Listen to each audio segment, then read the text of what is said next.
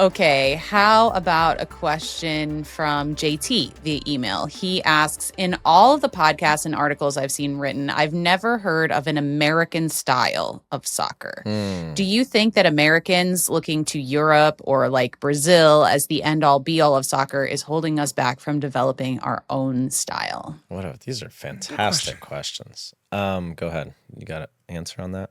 Yeah, it's not holding us back. I think sometimes we get too deep into the weeds on style. Like Brazil's style of play is we have the greatest players that have ever graced the football pitch, and we've got a lot of them. And so just take the ball, do tricks, be faster than everyone. Like seriously, like they call it the Samba way. Yeah, but I'm not sure there's like this mega tactical element to it. Look, the Dutch. And if you speak to anybody who's Dutch, and I have a lot of Dutch friends, they created the game of soccer. But truthfully, they created certain tactics, right? Like the big number 9 striker and the wingers running in. So you always see, and Bees told me this. The guy who wears the number 9 jersey for the Dutch is a big, tall lump, right? Because they play directly into him, the wingers run off. So yeah, there's a tactical sense and nuance to it. Certainly the Italians have a way of a structural way of playing, which is really cool, but it's really, really detailed. Like every player has a position, has a number, has a way to run. Like Landon, if you're a right winger in Italy, you have like 3 runs you can make. That's right. Don't make a 4th run. That's not what we've told you. And then people adapt their styles off of that, right? But I don't know if we necessarily have to have an American style that hasn't. Because by the way, any style we create at this point is already somebody else's. So, yeah. I think it's challenging because even I remember growing up and playing with the youth national team. I played in California, and my influence was all Latin and Mexican and whatever. In Region 4 on the East, or Region 1 on the East Coast, they were like hard, blue nose, grinding, running, tackling, whatever. And it was like, whoa, this is way different than what I'm used to. And so even within our country, there's so much variance in it as to how people play. I'm not sure we're ever going to, quote unquote, get to a Dutch style or an Italian. I just think there's too much diversity in our country.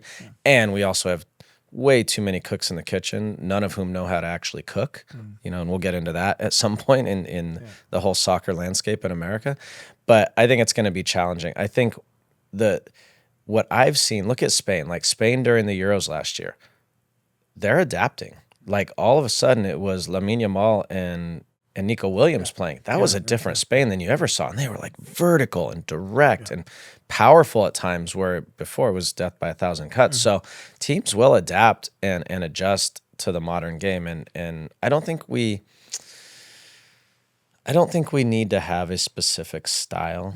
I think we need to have specific principles that are American. Yeah, for sure. And we're not going to, beat a dead horse, but like this was a lot of the things we talked about this summer of like the American spirit and energy and how we play is more principle based, in that like we're going to make it hard as hell for you. And I think if we keep that, we can evolve and adapt with the times. Yeah, I mean, to put a cap on it, and it dawned on me when you were saying this, but I think it's important. Since the beginning of time, or the inception of football in your country, these countries were coached by their own countrymen. Right. Mexico was coached by Mexicans. Great Dutch were coached by Dutch. The Italians were only ever coached by Italians.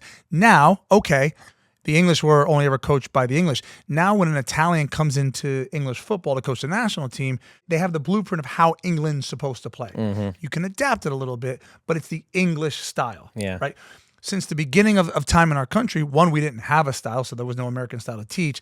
And then shortly thereafter, there was this influx of foreign managers trying to put their stamp on it or the way they played. And so we never had a foundation of this is what America does. So, yeah, it's a great point. I have a hot take on this question. Go ahead. So I think that the greatest success America will ever achieve in international football is when we have found a way to do a word that Landon said in his answer, which is adapt. And I am way more interested in having players who go to other countries or just play other styles, regardless of what league they're playing in, so that they can bring that knowledge to the U.S. men's national team, because I think having an answer for the Dutch way of total football and all those different things, like that's more important than saying we're so stuck into our own style. This is what we're going to do through the whole tournament. And if we can't get past a certain stage because we're so set in our ways, like that's not really helpful either. So I'm hoping to send American spies out to all of the different leagues and come back with all the knowledge. Let's not let the people at the top off the hook. They need to do a better job of bringing coaches through. Because by the way, when is the next time an American coach is going to, one, coach America, and two, be good enough to go abroad and coach in a top 4 league? Like, we don't do a good job here in America of bringing our coaches through. Yeah, no, you're right. JR, it's a good point, because it's what Gary was just talking about too, is, you know, like teams are now adapting, and it doesn't matter if you're a big team, small team, whatever. What Thomas Frank is doing with Tottenham and what he did at Brentford is they're constantly adapting. Look at Mikel Arteta with Arsenal, who their brand is known as like entertaining, and they were anything but on the weekend, but they won the game. So yeah, that's a great point.